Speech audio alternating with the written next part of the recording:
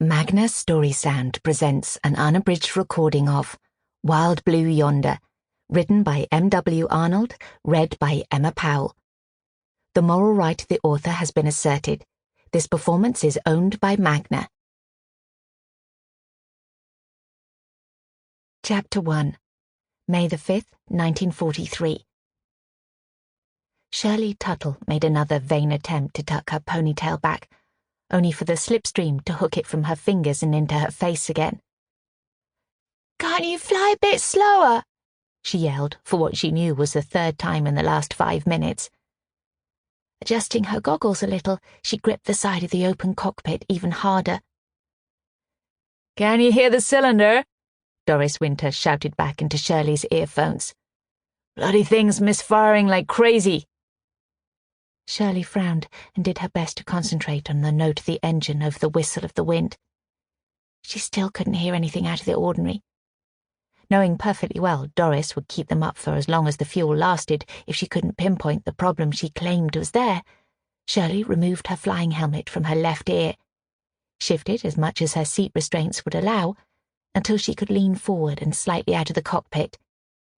She made the mistake of looking down and had to make a serious effort to keep her breakfast down. Doing her best to ignore the bitter taste in her throat, she blanked out the racket from the engine as much as possible and focused as if her life depended upon it. Somewhat to her surprise, she could hear something, barely. So, to make certain she wasn't imagining things, she leaned over the other side, being extra careful not to let her eyes stray towards the ground this time.